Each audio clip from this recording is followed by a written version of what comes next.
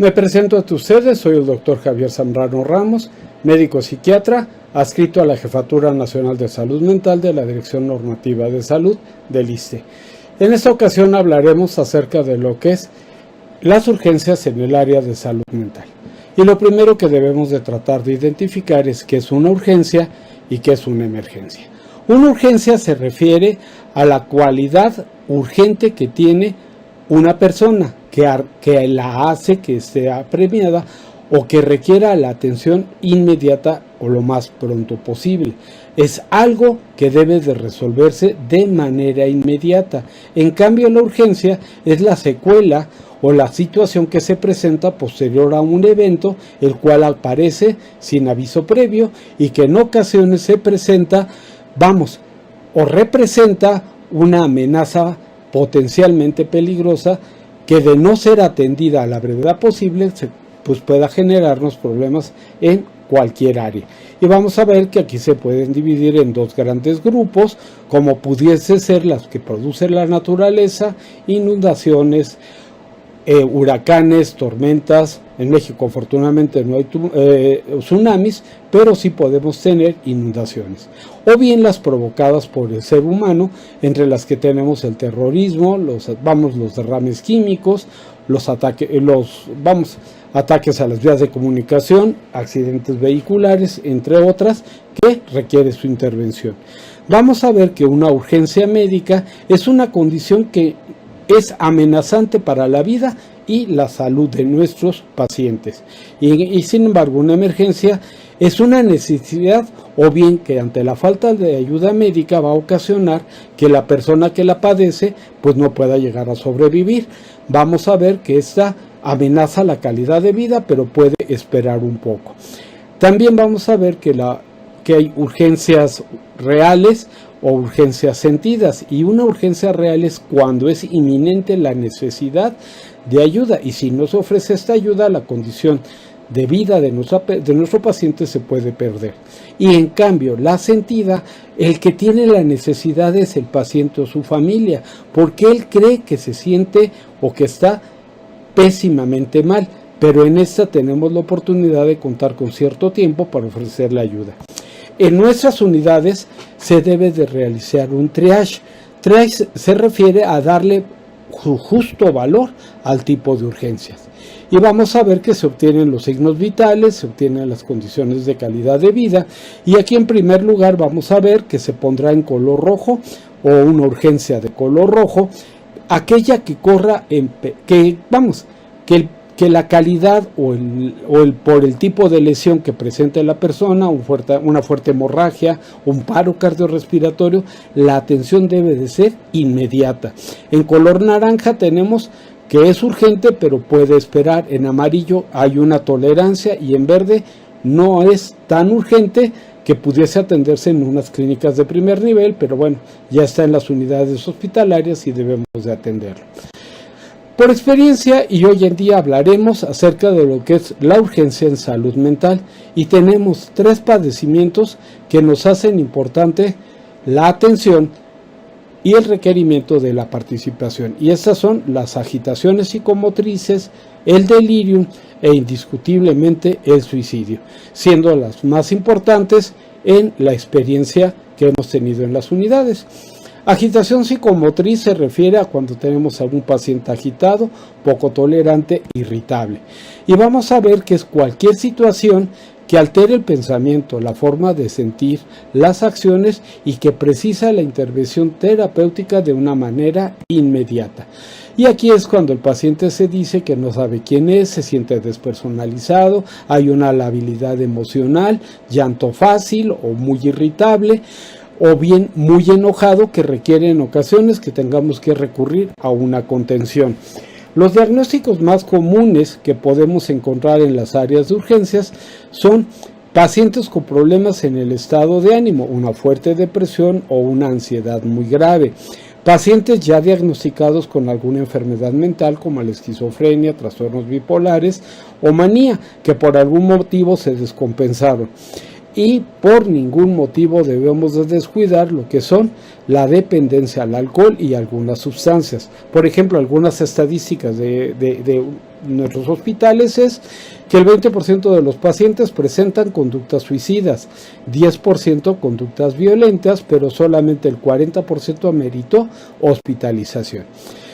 Definimos como una agitación psicomotriz o una necesidad de un paciente agitado a cualquier situación que esté caracterizado por las conductas desproporcionadas o desorganizadas que tenga en la conducta motora, que tenga en el área emocional una ansiedad severa, un miedo intenso que pueda llegar al pánico, cólera o mucho enojo o mucha euforia o alegría, y esas van a ser demostradas o mostradas de una forma variable. Vamos a ver, por ejemplo, este caso o este video. Hacker, máquinas, máquinas, tranquilo. Hacker, máquinas, máquinas, máquinas, máquinas, máquinas, máquinas. Y aquí lo que vamos a notar, observar es que el paciente indiscutiblemente presenta una grave agitación, pero es una agitación verbal.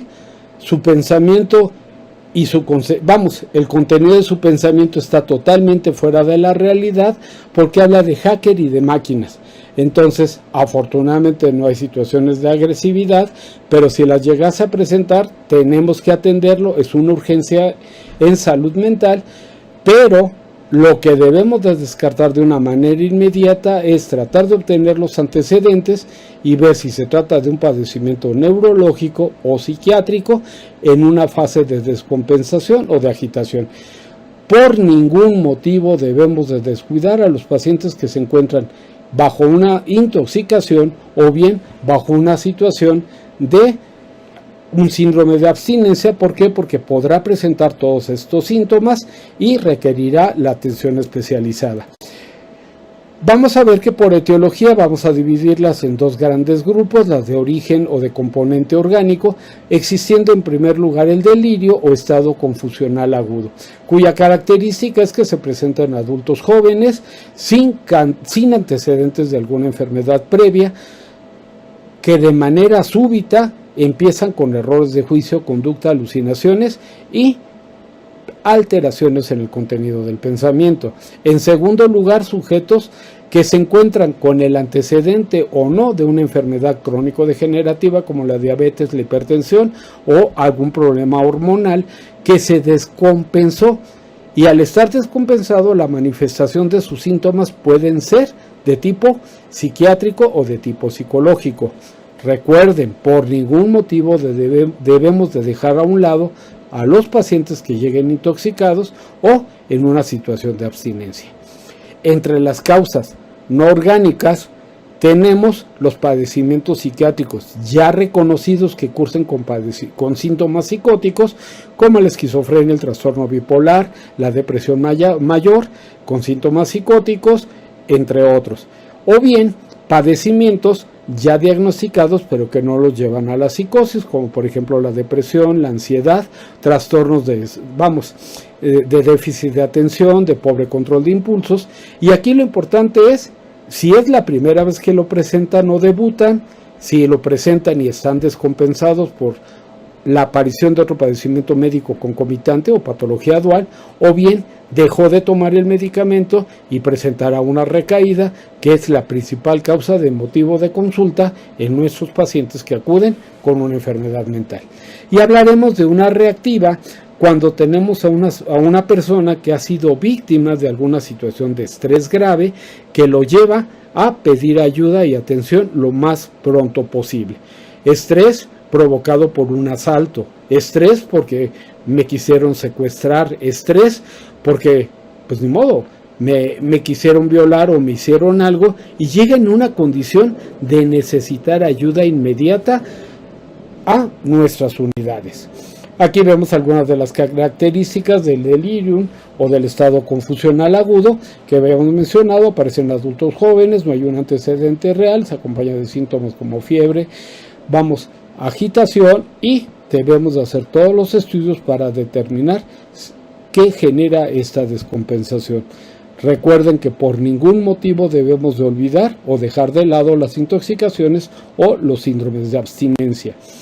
Entre las no orgánicas, pero de tipo psiquiátrico, tenemos las que se caracterizan por síntomas psicóticos, que son alucinaciones, alteraciones en el contenido del pensamiento, como delirios o pensamientos fuera de la realidad, aislamiento o problemas en el área afectiva, y esto lo encontramos en la esquizofrenia o en trastornos esquizoafectivos, en lo que se refiere a episodios maníacos, en la cual la persona no puede estarse en un solo lugar quieta o tranquila, episodios depresivos o trastornos de ideas delirantes ya diagnosticadas.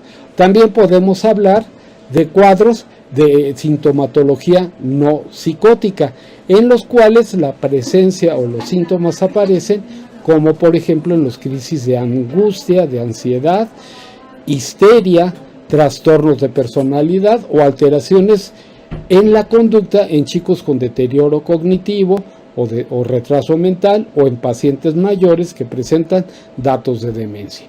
Estas serían las psiquiátricas no psicóticas, y no debemos de descuidar por ningún motivo las reactivas, que son las secundarias a situaciones de estrés que puede haber vivido nuestra persona o la persona que acude en demanda de atención y que requiere la atención inmediata del problema que presenta.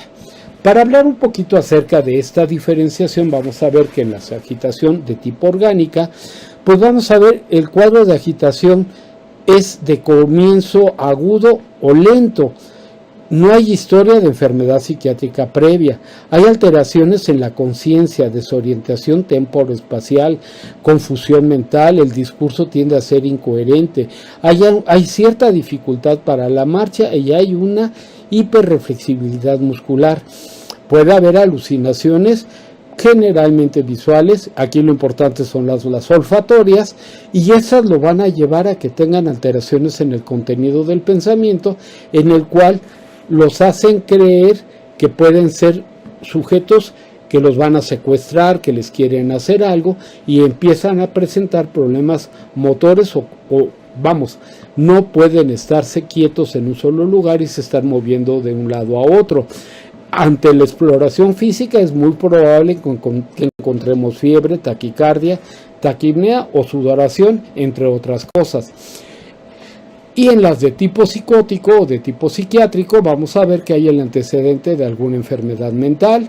Pueden existir alucinaciones, raramente visuales, generalmente son auditivas, y estas los hacen creer que ellos tienen una misión que cumplir, que alguien les tiene que decir qué es lo que tienen que hacer o dirigir su vida.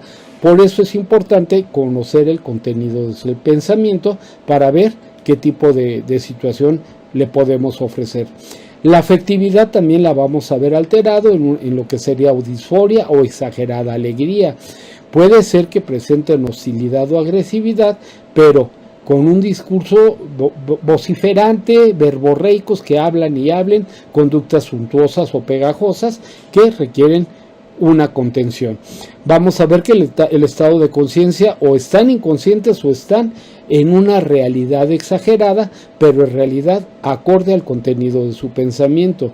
Generalmente no hay desorientación, saben quiénes son y generalmente dónde estamos, pero el discurso tiende a ser fluctuante.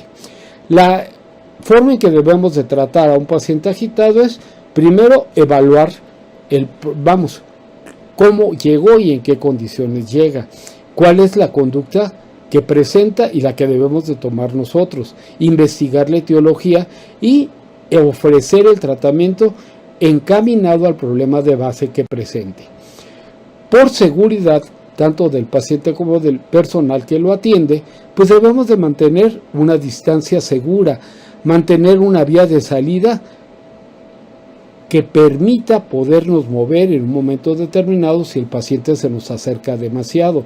Solicitar a personal de seguridad o policía o bien a nuestros mismos compañeros que estén al pendiente si es que presenta alguna conducta de heteroagresividad. O bien, si lo vamos a pasar a la sala, procurar que no haya objetos que pueda utilizar para lastimarse o lastimar a alguien o bien romper algo. La conducta del entrevistador, vamos a ver que debe de tener, primero, infundir confianza y guardar la confidencialidad de lo que nos diga. Dirigirse en una forma educada, en un tono bajo, no amenazante, pero eso sí, con mucha seguridad y firmeza. Mostrar interés en el problema que presenta, escuchándole, ofreciéndole ayuda y comprensión para el problema que dice tener.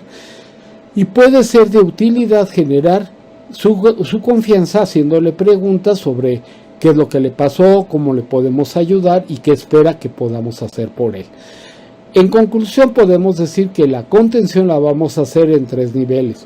En primer lugar, la verbal o psíquica, en segundo, la física o la mecánica, y de no responder ante las anteriores, recurriremos a una contención farmacológica. Y vamos a ver que la primera, que se refiere a la contención verbal o psíquica, está indicada para pacientes que están en agitación leve o moderada con predominio de síntomas de ansiedad. Aquí debemos de fomentar el que hable, pero no permitir que se nos salga de la realidad cometiendo actos fallidos, como que quise decir una cosa y pasa otra, o bien evitar el contacto físico en manera de lo posible.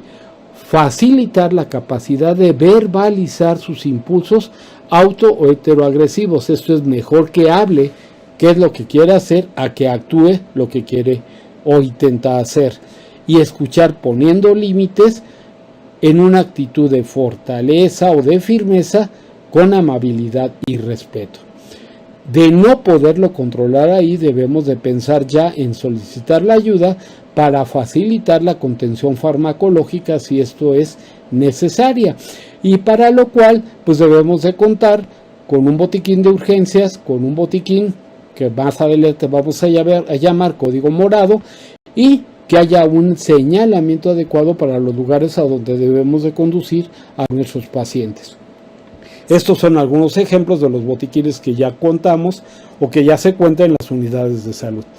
Si el paciente o el sujeto demanda de ayuda es cooperador y más o menos puede participar, le ofreceremos una atención farmacológica tomada. Si vemos que no puede controlarse o es menos cooperador, ni modo, tendremos que pensar en una utilización de medicamentos inyectados o colocados de una manera un poquito más agresiva. Por lo cual es importante que contemos con nuestros botiquines de código morado, y hablamos de botiquines porque uno debe estar en el área de urgencias y otro en el piso, donde serán internados o hospitalizados los pacientes en lo que remite el cuadro. Tenemos el material homologado de no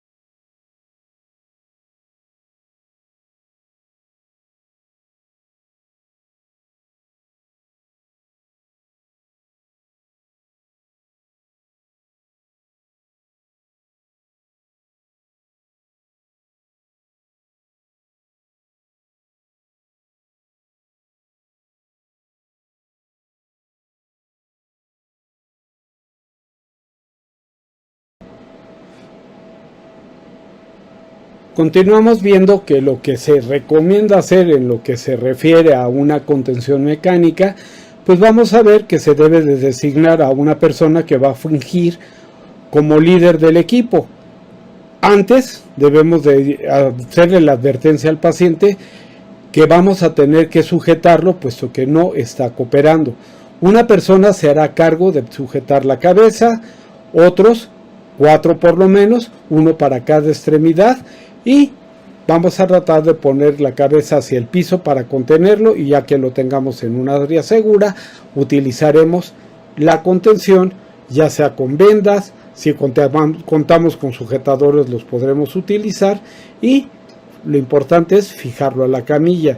Se asegura entonces al paciente de una manera, en cada extremidad y en su cabecita. Es importante que una vez lograda la inmovilización se haga una vigilancia estrecha y periódica para evitar que no se lastime, y posteriormente hacer una vigilancia adecuada o constante de nuestro paciente para ver que no se lesione más o que esté en condiciones normales. Vemos otro video.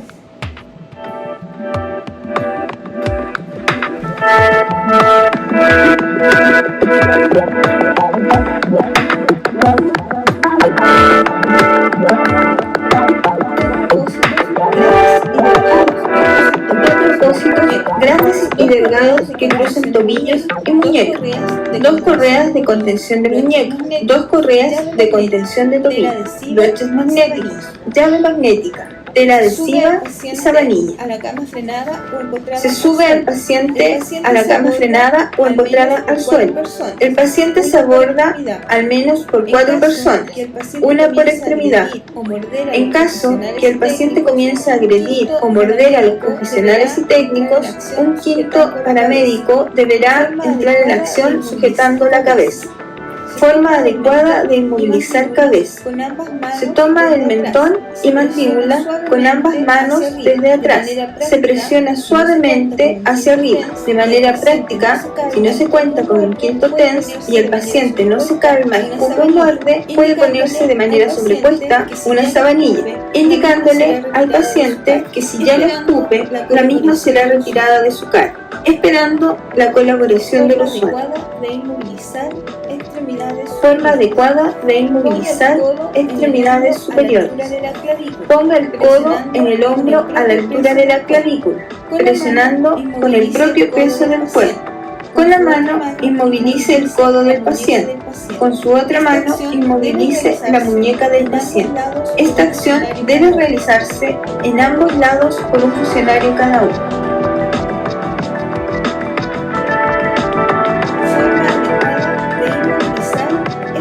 Forma adecuada de inmovilizar extremidades inferiores. Presione con el codo y con el peso de su propio cuerpo la zona inguinal. Con la mano inmovilice rodilla y con su otra mano inmovilice tobillo. De esta manera se contiene momentáneamente al paciente agitado. Inmediatamente el quinto funcionario lleva la correa de contención. Se cubre con el apósito la zona a inmovilizar, fijando con tela adhesiva. Posterior a eso se instala la correa, pasándola por la hebilla y fijando el pelo, revisando un través de dedo de sutura de manera de prevenir eventos adversos. Luego, fije las correas a la cama lo más distal posible, con leve movilidad, y fije con botón magnético.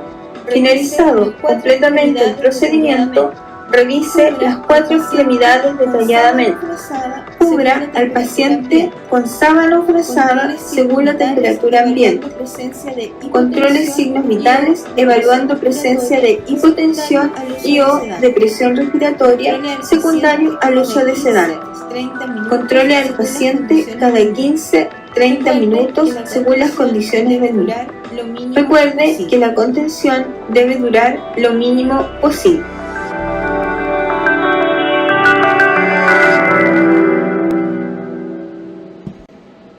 Continuamos. En el video vemos que sí se utilizan sujetadores y tornillos magnéticos. Todavía nosotros no contamos con estos materiales, pero en nuestro botiquín de código morado debemos de contar con vendas, suficientes para poder utilizarlas para ser los sujetadores. Ya una vez que nuestro paciente o el sujeto está contenido y tranquilo, debemos de hacer la evaluación de lo que está pasando o de lo que le pudo haber ocurrido a nuestro paciente. Y entonces debemos de hacer una historia clínica lo más detallado posible, buscando antecedentes, principalmente de padecimientos psiquiátricos previos, consumo de sustancias, o bien alteraciones orgánicas que pudieron haber desarrollado el cuadro por el cual acudió. La medicación que estaba utilizando, porque también podemos tener sobredosis de medicamentos, si hay episodios previos o anteriores con algunas características como la que presenta ahora, o bien vamos a ver si también está presentando factores que agregaron o que pudieron hacer que esto se precipitara o que se presentara de una forma más desagradable o presentación del síntoma. También vamos a hacer lo que sería la evaluación del curso del estado mental, donde debemos de hacer una evaluación del estado del nivel de conciencia, alteraciones en la capacidad de atender y comprender, qué tan bien orientado está, qué tipo de lenguaje tiene y cuál es su capacidad en lo que se refiere a memoria, orientación, percepción. Y en la percepción si presenta lo que son nuestras alucinaciones sensoperceptuales, que sabemos que pueden ser auditivas, visuales, olfatorias, gustativas y táctiles, o bien si éstas lo llevan a tener alguna idea o pensamiento fuera de la realidad. Y posteriormente, y nada descuidable, una exploración física completa. Lo más posible y más importante es toma de signos vitales y la elaboración de exámenes de laboratorio y gabinete para ir descartando patologías o bien otros padecimientos médicos que hayan desencadenado este padecimiento. Y nuestro tratamiento está encaminado a tratar de corregir las alteraciones metabólicas si es que las presentas, tratar de identificar las causas orgánicas específicas que pudieron haber generado la hospitalización o la atención de este sujeto en urgencias, reevaluar el estado físico y mental cada vez que sea posible y ver en qué momento desaparecen estos y no descuidar si se trata de un cuadro de intoxicación o bien en un cuadro de abstinencia e iniciar el tratamiento específico si es que lo amerita de manera concreta. Vamos a ver que tal vez la única indicación que nos permiten de uso de benzodiazepinas sería en el caso del delirium tremens, en síndromes de abstinencia nuevamente a las benzodiazepinas o bien opiáceos, porque no podemos quitarlos de una manera súbita, cuadros de origen concomital o epiléptico, algunas intoxicaciones principalmente por estimulantes, cocaína o anfetaminas, que no hay otra cosa que ofrecerles más que las mismas benzodiazepinas, y tratar de evitar el uso de estos cuando ya tenemos alguna enfermedad conocida, como la demencia de cuerpos de Leibig o bien algunas otras enfermedades que no permiten el uso de las benzodiazepinas.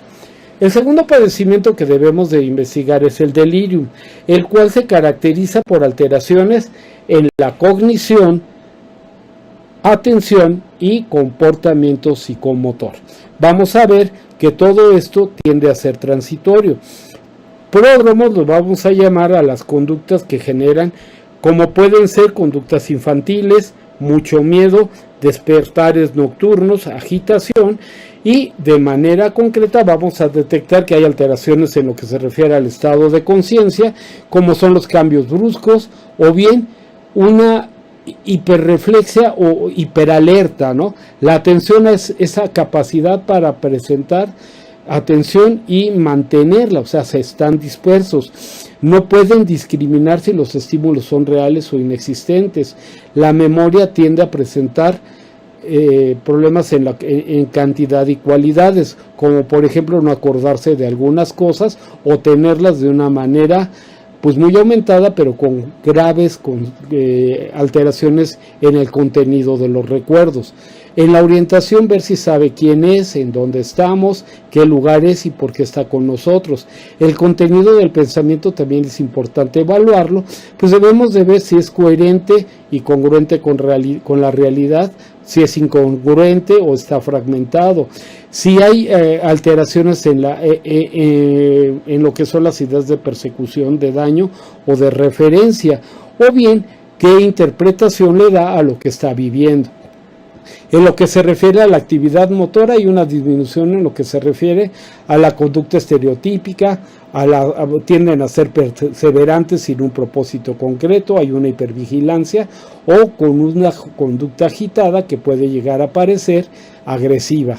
Las alteraciones sensoperceptuales que ya habíamos hablado, que hay que diferenciar si son ilusiones o alucinaciones. Ilusiones es cuando sí hay un estímulo que las pueda producir, y las alucinaciones cuando no existe nada alrededor, pero él sí las percibe. Las visuales son las que son más frecuentes, o bien la percepción distorsionada de las cosas que ve a su alrededor. El afecto se puede encontrar apático o bien indiferente, o franca ansiedad o miedo por el tipo de pensamiento que esté viviendo. Puede ser que se encuentre somnoliento o que no tenga sueño. La sintomatología autosómica puede ser muy común, como por ejemplo las náuseas, vértigo, o características como disritmias, ataxia o dislexias, ¿no? Por eso es importante tomar en cuenta los antecedentes. Por ejemplo, aquí nos hablan que pacientes de cirugía ambulatoria presentaron cuadros de delirium en un 15%. Pacientes con antecedentes de cirugías coronarias en un 30%. Pacientes que han tenido problemas principalmente de trasplante o de movimientos, de cambio de corazón, llegan a presentar hasta 90% de problemas. En pacientes con quemaduras profundas, en el 40%. Pacientes diagnosticados con VIH presentan 40% de posibilidades de desarrollar este tipo de padecimientos, y pacientes mayores de 60 años. La caracterología tiende a ser, pues vamos a ver, alteraciones en el sistema nervioso central con manifestaciones tónicas, como ya lo habíamos mencionado, crisis, tóxicas, como el consumo de alcohol o sustancias alucinógenas o bien sus derivados. También la polifarmacia o la combinación de varios medicamentos que les puedan estar haciendo daño, o bien el consumo de otros medicamentos que puedan ser tóxicos para él. Vasculares podemos descartar o tenemos que investigar antecedentes de hipertensión arterial, si no hay un émbolo o algo que haya provocado algún sangrado cerebral o enfermedad vasculocerebral. Si hay antecedentes de infecciones, debemos de descartar meningitis, encefalitis y todos los problemas que pueden generar infecciones en el nivel cerebral. En los casos de las epilepsias, que son síntomas neurológicos, metabólicas, que los hablábamos constantemente porque son las más constantes, diabéticos, hipertensos, si presentan hepatopatías o problemas incluso hasta de mala absorción de vitaminas. Y no descuidar por ningún motivo las endocrinológicas o que tengan que ver con etiología hormonal. Y vamos a ver que aquí tenemos que seguir buscando la fisiología que puede generar este tipo de problemas de acuerdo a los neurotransmisores que se encuentren alterados, en el caso del alcohol, que presenta hipervigilancia y demás. ¿Qué es lo que debemos de hacer como médicos? Un buen manejo médico general, descartar las intoxicaciones, los síndromes de abstinencias, el uso de sustancias y las no especificadas. Aquí es lo que nos dice el DSM-5 sobre algunas de las características del delirium que ya hemos mencionado. Por ningún motivo debemos de descuidar lo que son los exámenes de laboratorio, principalmente la glucosa, química sanguínea, hemoglobina completa, electrolitos, pruebas de funcionamiento renal, pruebas de funcionamiento tiroideo, enzimas hepáticas, gases sanguíneos, determinación por pruebas específicas para ver si no hay el uso de sustancias, serología y electroencefalograma si es necesario. Debemos de hacer el diagnóstico de diferenciar entre demencias por el tipo de aparición, los problemas en la atención, el deterioro cognitivo que se presenta, o bien las alteraciones en la conciencia, siendo la más importante las alteraciones en la memoria. En el caso de esquizofrenia y depresión, debemos de ver si hay una estructuración de las ideas delirantes que presenta o qué tipo de alucinaciones presentan, o bien si hay cambios a niveles de conciencia o de orientación que puedan ser el origen de esta situación de descompensación. Por lo tanto, el tratamiento debe de ser eliminar la causa que produjo esta descompensación. Si no tenemos una causa conocida, pues, ni modo, tener que pasarlo a hospitalización. Ya vamos a ver que la idea es que esté 24 horas en urgencias para hacerle todas las valoraciones que necesitamos, y si requiere un manejo específico, subirlo a piso, donde se mantendrá algunos días con un soporte adecuado, con un buen manejo médico, un ambiente ventilado, iluminado y con pocos estímulos externos. Y pues no dejar solo a nuestro paciente por ningún motivo. Los tratamientos siguen siendo los mismos. En casos de agitación usamos haloperidol inyectado si es que lo amerita, o si está tranquilo y controlado lo podemos usar tomado o en pastillas. Si hay insomnio, ni modo, tendremos que recurrir a las benzodiazepinas de acción intermedia, siendo la más recomendable el lorazepam. Y bien, en el caso de ser una persona con antecedentes de consumo de opioides o de otras drogas de este tipo, se debe de solicitar la desintoxicación lo más pronto posible. En otros aspectos que presenten conductas violentas o agresivas, pues podemos hacer la mezcla de haloperidol más una benzodiazepina más un beta bloqueador, carbamazepina o litio si es que es lo indicado para este tipo de casos. Y en el caso de las interacciones farmacológicas debemos de tener cuidado y buscar el uso previo de medicamentos para no volverlos a utilizar, o si los vamos a utilizar, usarlos bajo cierta protección. La psicoterapia en áreas de urgencias estará encaminada a aumentar o mejorar la autoestima si el paciente lo permite, generando una empatía, respeto y enseñando a que el sujeto o el paciente se preocupe por él mismo y haga cierta conciencia de enfermedad. Vamos a hablar del siguiente capítulo, que serán las conductas suicidas, donde la Organización Mundial de la Salud nos ha presentado estos trabajos, donde vemos que la población más vulnerable está entre los 15 y 29 años, con un cálculo de muertes de más de 800,000 personas al día, lo cual quiere decir que cada 40 segundos en el mundo se los está matando una persona. Las sustancias que más se utilizan es el consumo de raticidas, aquí en México es el consumo de sustancias, ahorcamiento o armas de fuego. Vamos a ver que por definición la conducta suicida es el matarse a sí mismo. Se le llamará intento suicida cuando él genera, el intento pero no llega a su fin. La ideación es cuando piense en cómo hacerlo, hay hasta planeación. Y gestos suicidas es cuando tiene todo armado pero no logra o no llega a ellos. Vamos a ver que quien más se suicida son los hombres, pero quien más lo intentan son las mujeres. La frecuencia es que aproximadamente son 4 mujeres quienes lo intentan por cada hombre que lo logra. Entonces, entre las edades vemos que a partir de los 45 años de edad es cuando es más frecuente en los varones, y en las mujeres a partir de los 35. Ojo, porque después de los 65 tenemos un incremento hasta en 40 personas, de una manera muy alta, llegando a 40 muertes por cada 100,000 habitantes, ¿no?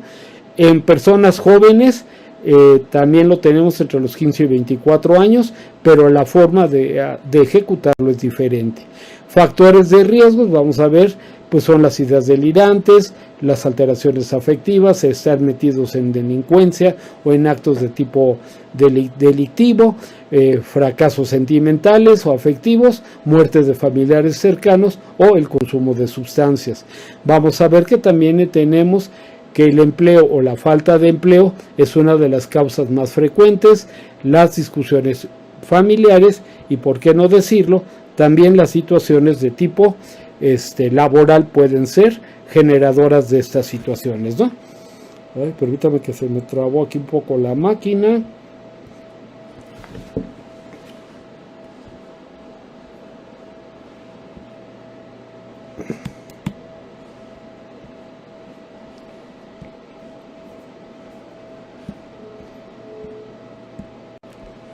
Ok, y entonces vamos a seguir viendo que entre las causas más importantes que debemos de checar es la coexistencia de una enfermedad física que pueda deteriorar la salud, enfermedades que puedan llevarlo a que piense en perder la vida lo más pronto posible, dejando como consecuencias pues los efectos en que lo intentó y dejó secuelas, o bien alguna discapacidad o alguna lesión por no haber culminado su acto y dejar secuelas importantes.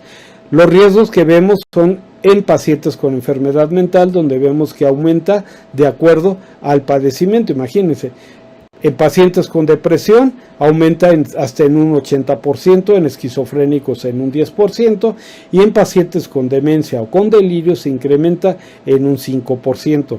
No se diga en sujetos que usan o abusan de sustancias, donde la posibilidad de llegar a cometer suicidio tiende a ser muy alta, más si se encuentran bajo los efectos de determinada situación. Efectos asociados o situaciones asociadas, vamos a ver que puede ser la separación o el rompimiento de las relaciones afectivas, rechazo o abandono social, desempleo, problemas legales o factores relacionados a enfrentar algunas enfermedades que puedan llegar a tener, o pues situaciones legales a las que se impongan. Hospitalización. También en pacientes hospitalizados se presenta el suicidio, más en aquellos en los cuales la tardanza en el diagnóstico, la tardanza en la atención médica no es la adecuada y pueden llegar a cometer el intento en un hospital general. Y vamos a ver que el riesgo aumenta de un 5 a 10% por arriba de la población general. Seguimos en la investigación y vamos a ver que en sujetos de alto riesgo vamos a tratar de considerar varones desempleados cuya característica es el que empiecen a poner sus cosas en orden. Generalmente hablan poco de planes a futuro o no los tienen y van elaborando todo un plan suicida para dejar todo en orden. Entre las situaciones biológicas debemos de investigar cómo está la serotonina, cómo están los pensamientos, si no hay una alteración física o bien un daño orgánico, porque nos va a generar que en un momento determinado haya descargas en la región frontal o en la base del cerebro, en la región límbica. Una controla la impulsividad y la otra la afectividad.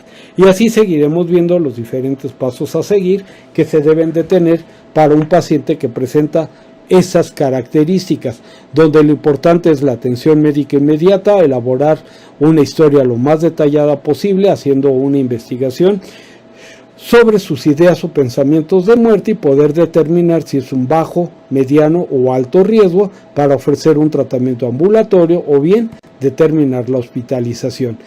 Variables y riesgos de suicidio, vemos que entre las más importantes es ser varón, joven, separados, con problemas laborales. Preguntas sobre sus sentimientos que debemos de hacer es qué tipo de vida tiene, cómo se siente, monitorear cómo se ha sentido y si ha llegado a pensar en hacerse daño, para poder establecer qué ha ocurrido, por qué ha tomado estas decisiones, si lo ha intentado antes, por qué fue, y ayudarlo a establecer un nuevo perfil de vida si es que lo podemos ir logrando. Y tendremos alto, bajo, mediano y bajo riesgo. Hoy en día tenemos ya estadísticas, o mejor dicho, instrumentos de validación que nos pueden dar grados de peligrosidad o de poder determinar si corre peligro o no, o hay ideación o pensamiento suicida en niños, en adolescentes, en adultos, que es nuestra población más importante, y cuándo determinar o no el manejo ambulatorio o bien hospitalario. Entonces vemos si son sujetos de alto riesgo, donde la idea no la logramos disminuir y siguen pensando en hacerse daño y no cuenta con redes de apoyo, tratar de buscar la hospitalización. Si el riesgo es moderado, tratar de hablar con él. Si cambia la conducta y tenemos un apoyo familiar, se puede mandar a su domicilio. Si el riesgo es bajo, ver si es recomendable en todos los casos el tratamiento farmacológico y la psicoterapia para poder ayudar a mejorar la situación. Entonces la hospitalización en ocasiones no es la mejor situación o no lo más recomendable, pero en otros no es más que la única forma de ayudarlos.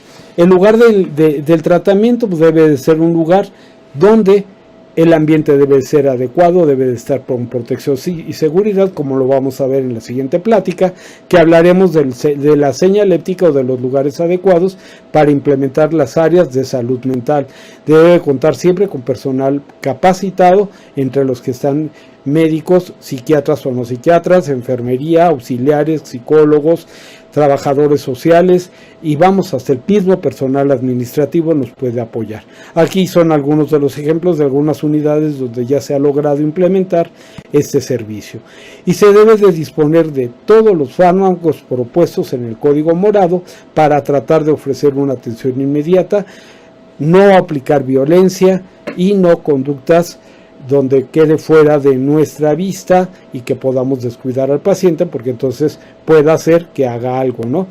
Vamos a ver que debemos de separar al paciente de otros porque puede generar inquietud entre los demás y debemos como objetivo principal, pues vamos, evaluar el qué tipo de crisis tiene, cuál sería la piedra angular, que es en la importancia de detectar problemas en salud mental. Y vamos a ver que el médico tratante o el de urgencias es el encargado de hacer la evaluación o en un momento determinado, si no está en sus posibilidades ofrecer ayuda, hacer la canalización a los servicios de atención adecuada. Por ejemplo, si estamos en una clínica de primer nivel, hacer la contención, sujeción y atención inmediata. Trabajo social nos ayudaría con el rescate familiar y psicología con la contención. El médico tratante elaborará el formato necesario, que sería el SM-117 para nosotros en el caso del ISSSTE, y se trasladará a una unidad de segundo nivel. En segundo nivel, que cuente con el servicio de psiquiatría, se dará la atención y el manejo adecuado, si se puede contener en la unidad adelante. Si vemos que no, se valorará el envío a una unidad de tipo, tercer nivel o subrogado. Nosotros afortunadamente ya contamos con el servicio de psiquiatría en la unidad de Tláhuac, en la cual contamos con 16 camas para el servicio de psiquiatría. Y nunca debemos olvidar que la seguridad del paciente está sobre todas las cosas. Debemos descartar cualquier problema orgánico funcional o bien la combinación de estas. Ver si el paciente se encuentra en un estado psicótico y cuál es la condición que tiene, si tiene pensamientos homicidas o suicidas, o bien hasta qué punto el paciente es capaz de cuidarse a sí mismo, o bien si cuenta con una red de apoyo. Y el uso de las medidas de contención, como ya las hemos estado viendo y las vimos al final. La última pregunta que yo les haría: ¿conocemos el Código Morado? ¿Tenemos áreas específicas para Código Morado? ¿Conocemos el botiquín de Código Morado? Y vamos a ver que lo importante es difusión, conocimiento y manejo de lo que presentamos en el Código Morado para que todos y cada uno de nosotros podamos participar y conocer qué hacer en estas situaciones. Por mi parte es todo. Quedo a sus órdenes para cualquier pregunta, comentario o aclaración que quieran tener con nosotros. Gracias.